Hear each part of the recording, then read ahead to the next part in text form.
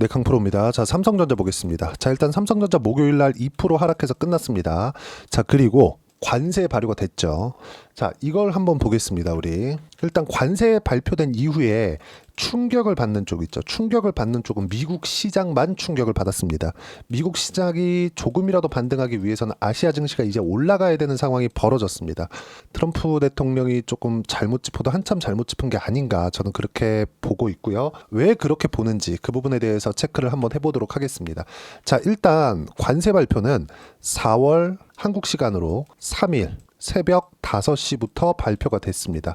그리고 관세 발표된 내용은 이렇게 나왔어요. 이게 실제 백악관에서 나온 오피셜한 내용입니다. 쭉 이렇게 보시면 높게 책정이 되어 있는 데가 있어요. 실제 그쪽에서 부과하고 있는 관세의 50%만 작용할게 이렇게 한 겁니다. 그리고 그 국가들은 대부분 생산 지역에 있는 국가들입니다. 자, 내용 보세요. 중국, 베트남, 그쵸? 타이완 쭉 내려보면 뭐 여기 한국 같은 경우에는 한국에서 대부분 뭐 중국에서 생산하고 타이완 그리고 베트남 이렇게 생산을 하죠. 자, 삼성전자의 스마트폰 같은 경우에도 베트남에서 생산하는 물량이 꽤 됩니다. 이런 쪽을 겨냥을 한 거예요. 트럼프 1기 때 보면 어떤 부분이 있었죠? 중국을 자꾸 때리다 보니까 그럼 중국을 피하면 되겠네. 중국에서 뭘 만들어 와서 최종적으로 어디서 딱 조립을 하고 이걸 미국으로 보내는 이렇게 하다 보니까 미국 쪽에서는 자꾸 뒤처지는 느낌을 받았던 겁니다. 근데 이게 문제가 저는 아니라고 생각합니다. 자, 제가 오늘 좀 중요한 이야기를 드릴 거예요. 저는 트럼프 대통령이 잘못 판단을 하고 있다고 생각을 합니다. 뭐 제가 감히 이렇게 얘기를 하기는 좀 그렇지만 왜 그렇게 제가 보고 있냐면 자꾸 미국이 중국을 견제하기 위해서 관세 때리고 방어적인 전략을 쓰고 있어요. 관세를 때린다는 목적이 뭐겠습니까?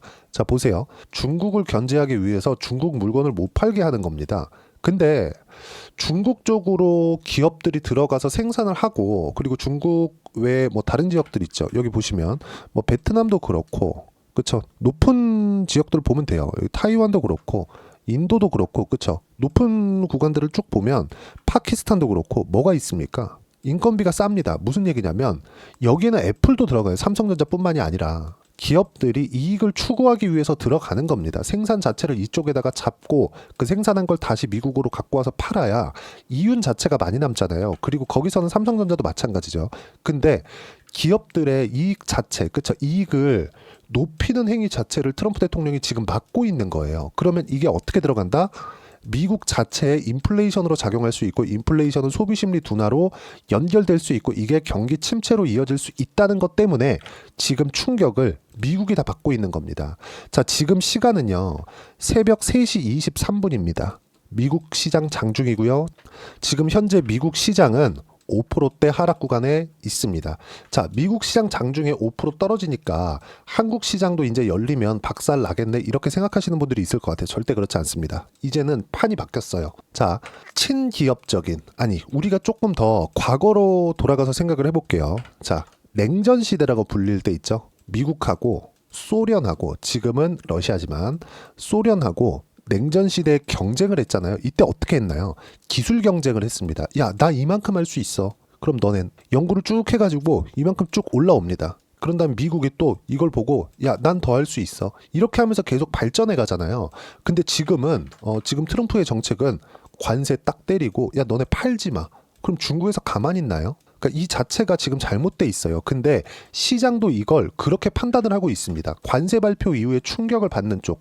자, 증시를 보는 건 물론 뭐 지나봐야 알겠죠. 근데 증시를 보는 건 우리가 왜 봅니까? 이걸 생각해 보셔야 되는 거예요. 자, 전체적으로 제가 결과부터 말씀드리면 삼성전자의 저점은 나왔다. 바닥은 나왔답니다. 그렇지 않았다면 삼성전자가 5만 원 이하로 뚫고 내려갔어야 돼요. 왜?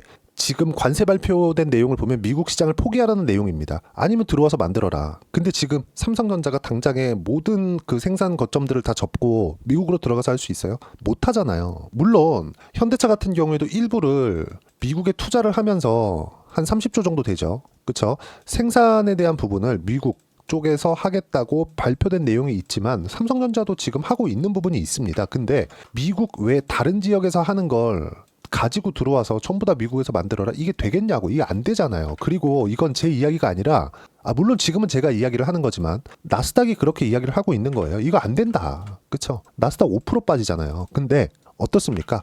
딱 관세 발표하고 나서 첫 번째 열린 주식시장이 한국 시장, 일본 시장입니다. 근데 결과적으로 보면 어때요? 삼성전자 2%밖에 빠지지 않았어요. 그리고 물론 시가는 안 좋았었죠. 쭉 보시면 업종 차트 볼게요. 코스피 시가 한번 보면 어떻습니까? 지금 내용 보면, 그쵸? 쭉 제가 확대를 해서 보여드리면, 자 여기 보세요. 시가 마이너스 2.7%에 시작을 해가지고 종가 보면 2%를 땡겨서 0.7% 하락 구간에서 끝났습니다. 거의 뭐 시가 대비해서는 굉장히 좋게 끝났다는 거죠. 이건 삼성전자도 마찬가지입니다.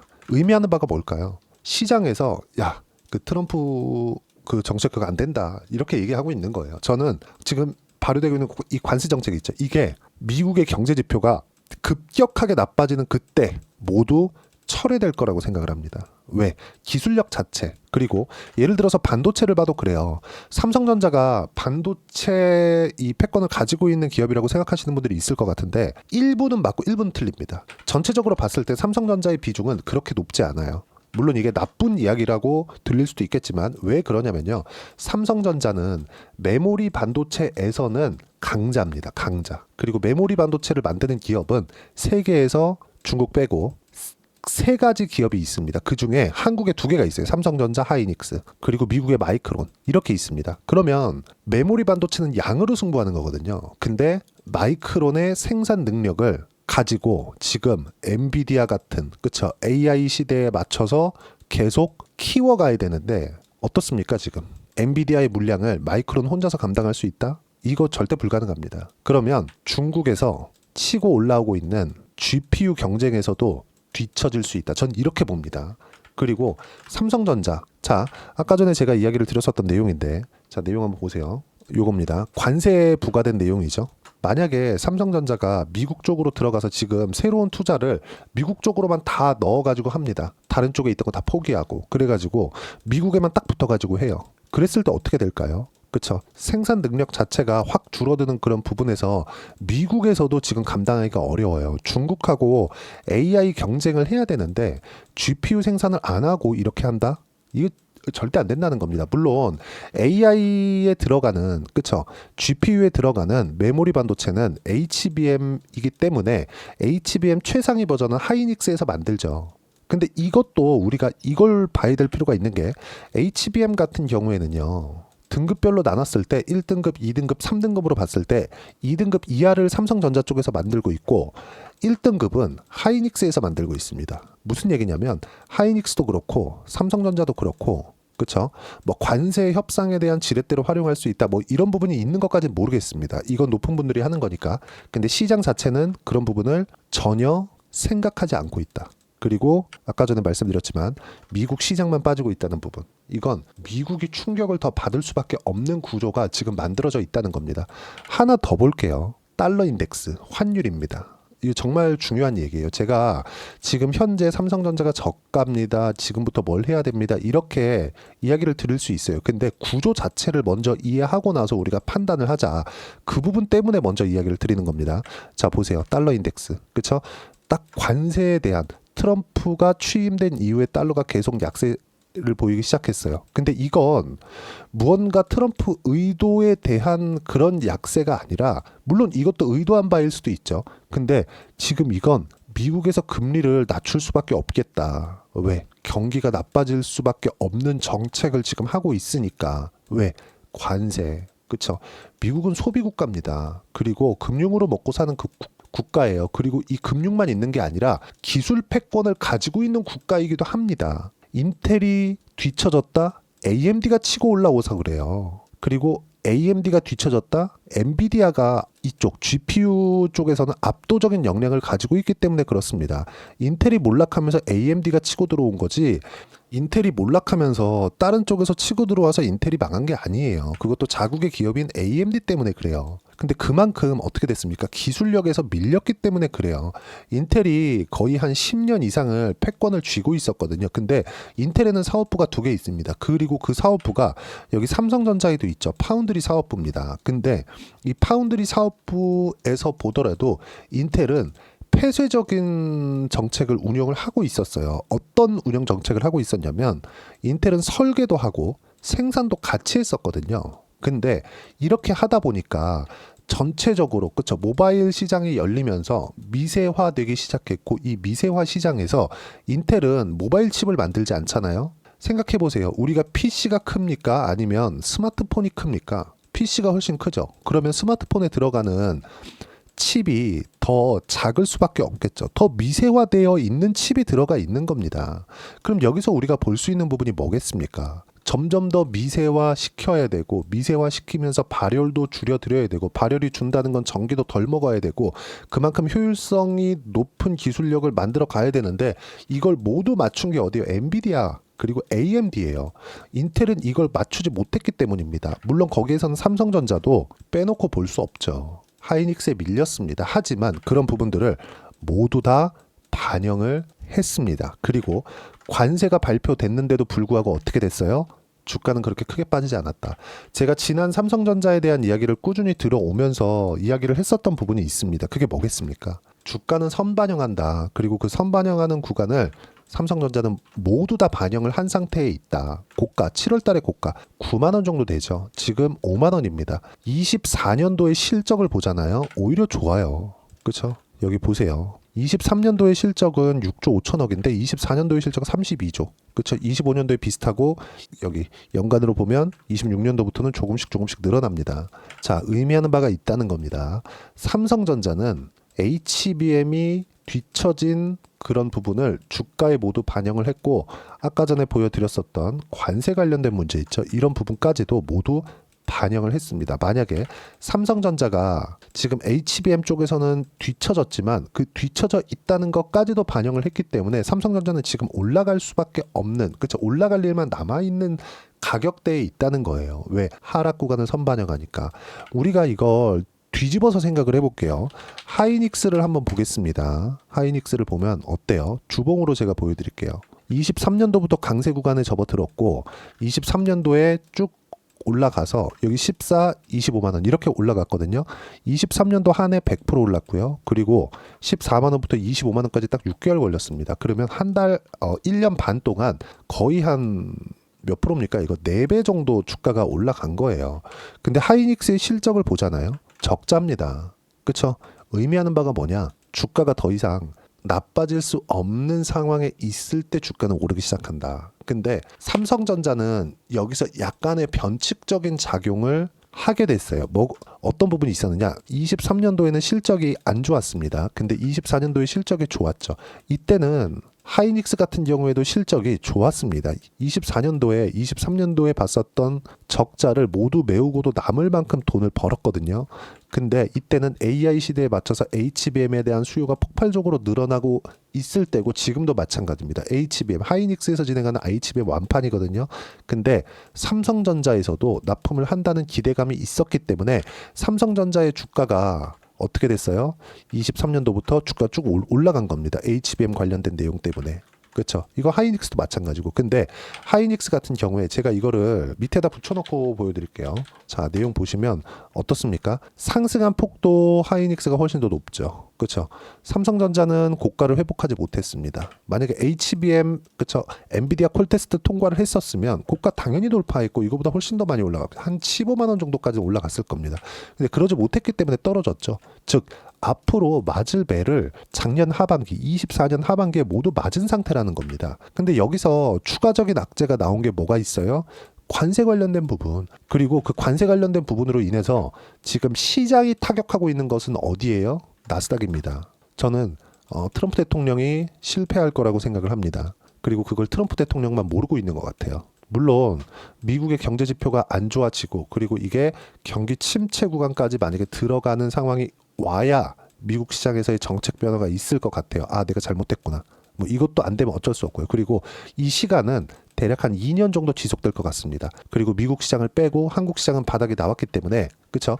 그렇다 그래서 이렇게 뭐 수직으로 올라간다 그게 아니라 등락하는 지금의 저점 구간에서 매수 구간을 잡아야 될 때가 왔습니다. 삼성전자에 대한 부분 그리고 반도체에 대한 부분은 삼성전자와 하이닉스가 바닥을 찍고 올라가는 부분이 나왔을 때 그때 관련돼 있는 종목까지 해서 추가적으로 수익을 볼 수 있고 그 매매 타점에 대한 부분을 제가 여기 소통방에서 무료로 공유를 해드리고 있습니다. 자, 내용 보시면 4월 2일 날 그쵸? 어저께는 제가 관세 관련된 내용을 본다고 어저께는 하루를 쉬었습니다. 그쵸? 시장에 대한 판단을 하기 위해서 내용 볼게요. 미국 관세 발표 앞두고 숨고르기, 주도주를 포함해 시장 대부분이 약세 마감, 공매도가 재개가 됐지만 빠졌나요? 안 빠졌습니다. 보세요. 물론 조금 등락은 있지만 근데 이건 관세 관련된 내용이라는 거죠. 근데 관세 발효가 됐기 때문에 그리고 그게 최상단에 있는 관세라고 이미 백악관 오피셜로 발표가 됐습니다. 내용 계속 볼게요. 코스피 거래 대금을 보면 직전 1년 기준 최저치를 기록했다. 관세 불확실성 때문이다. 근데 불확실성 지금 없어졌죠. 4월 3일 새벽 5시 관세 발표 확정 이후 시장의 방향성이 결정된다. 결정이 된 겁니다. 삼성전자 추가적으로 빠지지 않는다는 거예요. 그리고 주도주 변화 없다. 공매도를 보면 알 수 있고 주도 섹터만 공략하고 종목 선정이 중요하다. 주도 섹터는 조선 바이오, 원전, 방산 이 안에서만 매매해야만 되고요. 그리고 관세 발표 이후에 빠지지 않은 종목군들도 삼성전자는 너무 시장에서 큰 규모를 차지하고 있기 때문에 2% 빠진 거지만 오늘 그쵸 최소한의 바닥 구간 만들고 다시 올라갈 준비를 할 때 매수 타점을 잡아야 되고요. 그 매수 타점은 소통방에서 무료로 공유를 해드리고 있습니다. 구독과 좋아요만 눌러주시면 무료 입장 가능하고요. 입장 링크를 공유해드릴 수 있게 여기 010-8713-1916으로 구독이나 삼성전자라고 문자 보내주시면 소통방 입장 링크 순차적으로 공유를 해드리도록 하겠습니다. 자, 그러면 소통방에 들어와서 매매를 했을 때 어느 정도까지 수익을 낼 수 있는지 그 부분에 대해서 제가 이야기를 드리면 자, 내용 보세요. 삼성중공업입니다. 여기 2월달 그리고 3월달에 매도한 결과 시장이 이렇게 안 좋았는데도 불구하고 17%의 수익 구간 만들어냈습니다. 이 하기 전에 뭘 했느냐? 한화오션입니다. 자, 내용 보시면 어때요? 트럼프 당선 이후에 트럼프 대통령이 한국에서는 조선을 콕 집었죠. 내용 보시면 어떻습니까? 신고가 이후에 매매를 했고 57%의 수익 구간 한 달 걸렸고 지금 다시 시장이 이렇게 안 좋았는데 매수 구간 잡아가고 있는 것. 이런 상황을 보시라는 겁니다. 그리고 이런 부분들을 소통방에서 무료로 공유를 해드리고 있습니다. 자, 삼성전자 이야기하고 있으니까 삼성전자 강할 때 제가 어떤 종목을 매매를 했는지 볼게요. DI입니다. 자, 내용 보시면 어때요? 삼성전자 쪽으로 HBM 장비를 납품할 수 있다는 기대감이 있었던 것. 아직 실현되지 않았지만 기대감이 있었던 종목 어때요? DI. 신고가 어때요? 25% 14%. 쭉 내려보면 계속해서 꾸준하게 수익 구간 만들어내고 있죠. 이 부분을 소통방에서 무료로 공유를 해드리고 있으니까 구독과 좋아요 눌러주시고 댓글 하나씩 달아주시면 무료 입장 가능하고요. 여기 010-8713-1916으로 구독이나 삼성전자라고 문자 보내주시면 소통방 입장 링크 순차적으로 공유를 해드리도록 하겠습니다. 자, 그리고 소통방에서 진행하는 내용, 즉 이렇게 가격을 잡는 법을 어떤 식으로 우리가 잡고 이번 관세 관련된 내용을 어떻게 대응을 할지 그 부분은요. 여기 삼성전자의 미국 관세 대응 전략 제가 함께 준비를 해왔고 관세 대응 전략은 가격 기준에서 해야 된다. 가격 기준에서 매매를 했을 때 2주 안에 어떻게 수익 구간을 만들어낼 것인지 그 부분을 이야기를 드리는 겁니다. 그리고 그 내용은 모두 무료로 공유를 해드리도록 할 테니까 구독과 좋아요 눌러주시고요. 댓글 하나씩 달아주시고 010-8713-1916으로 삼성전자라고 문자 보내주시면 미국 관세 대응 전략 함께 공유를 해드리도록 하겠습니다. 자, 이제 1월달 지나고 1월달에 제가 종목 장세가 나온다고 했거든요. 그리고 2월, 3월 지나고 나서 이제 관세 발표까지 됐습니다. 자, 그러면 그 이후에는 매매를 적극적으로 해야겠죠. 제가 지금 매매하고 있는 종목은 반도체 쪽에서는 주성 엔지니어링 그리고 바이오 쪽에서는 뭐 알테오젠이나 이런 종목입니다. 알테오젠 그쵸? 관세 발표 이후에 빠졌나요? 오히려 0.5% 올랐습니다. 왜 그럴까요? 관세 관련된 내용하고 이익을 보는 게 상관이 없기 때문에 그렇습니다. 하지만 시장이 등락을 주고 있었으니까 등락 구간이 조금 하락적으로 발생을 했었다는 거죠. 먼저 반영을 한 결과다. 즉 삼성전자와 함께 주도주 포트폴리오를 어떻게 구분을 지어야 되는지 밑에 쭉 내려보시면 이렇게 30%씩 수익 볼 수 있는 4월 한정으로요. 30%씩 수익 볼 수 있는 종목을 어떻게 잡아야 되는지 제가 딱 한 종목만 준비를 해놨으니까 영상 끝까지 시청하시고요. 모든 분들이 성공 투자하셨으면 참 좋겠습니다. 네, 4분기가 돼도 시장의 회복세가 나오지 않고 있습니다. 미증시는 계속해서 좋은데 한국 시장은 어려운 구간이 계속됩니다. 이 가운데서도 영상을 끝까지 시청해 주시는 분들을 위해서 제가 4분기 그리고 25년 1분기까지 주도할 수 있는 주도주를 준비를 해왔습니다. 같이 공유를 해드릴 거고요. 이런 부분들을 제가 계속 같이 매매를 하고 있습니다. 자, 내용 보시면 1분기와 2분기 그리고 1분기부터 3분기 지금까지도 강세를 보이고 있는 알테오젠과 같은 종목군들 다 제가 매매를 해왔었던 종목군들이고요. 최근까지도 매매를 같이 해오고 있습니다. 자, 저는 가장 투명하게 공개를 하고 있죠. 제가 매매하는 내용들을 다 오픈을 해서 이야기를 드리고 있습니다. 실제 제 계좌 수익률들이고요. 이런 부분들을 어떤 식으로 내는지를 이해하고 파악해야 되는 게 중요합니다. 자, 내용 보시면 HLB 어떻습니까? 상승하는 구간에 매매한 결과 31.9%의 수익 구간 1월 달입니다. 그쵸? 이걸 제가 5월 달까지 매매를 꾸준하게 해왔고 마지막 매매는 6월 달에 끝냈습니다. 하한가 두 방을 피하고 다시 마지막에 그쵸 20% 정도 수익 구간까지 이 부분도 확인시켜 드릴게요. 알테오젠 같은 경우에는 여기 5월과 6월 달에 매매한 내용인데 매수 타점을 2번 잡았죠. 그리고 매도를 4번 잡은 결과 33%의 수익 구간 한 군데에서만 이렇게 나온 거고 이 부분을 다시 한번 확인해 보면 자 알테오젠을 한번 쳐보겠습니다. 알테오젠 딱 쳐보면 제가 여기 2월과 3월 달 그리고 5월과 6월 달 그리고 9월 달까지 매매 구간을 꾸준하게 만들어 왔죠.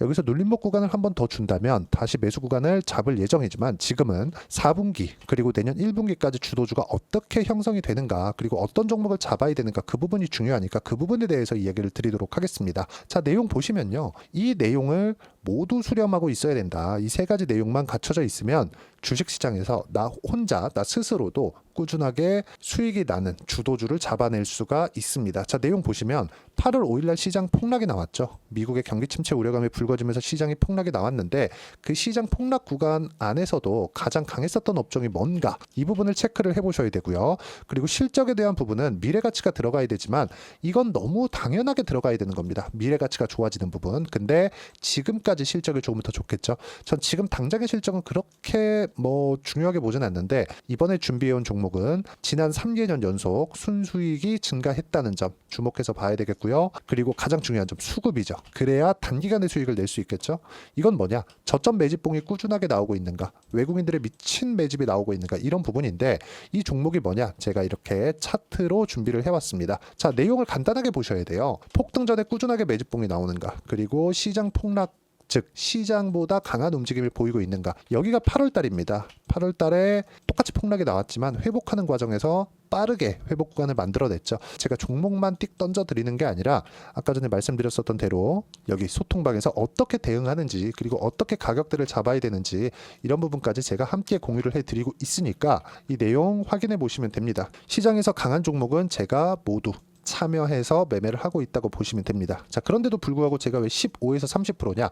구간별로 달라진다는 거죠. 그렇죠? 내가 정확하게 바닥에 잡아서 이쪽에서 팔고 나올 수 없다. 그렇기 때문에 이런 부분을 이해하는 부분이 필요합니다. 그렇기 때문에 제가 여기 소통방에서 책임감을 가지고 운영을 하고 있다는 점. 자, 그러면 이 내용이 1분기와 2분기는 HLB, 1분기부터 3분기까지는 알테오젠, 그리고 4분기부터 25년 1분기까지 그렇죠. 이 종목을 준비해 왔으니까 받아가셔서 모든 분들이 수익을 내셨으면 좋겠고요. 이 내용은 여기 010-8713-1916으로 주도주라고 문자 보내주시면 제가 여기 소통방 초대와 함께 4분기 주도주 함께 공유를 해드리도록 하겠습니다. 시장이 너무 어렵습니다. 이 어려운 상황 속에서도 정말 꾸준하게 수익을 내기 위해서는 주도주 내용을 반드시 파악을 하셔야 되고 이 주도주를 가지고 매매를 하시면 충분하게 수익 구간을 만들 수 있습니다.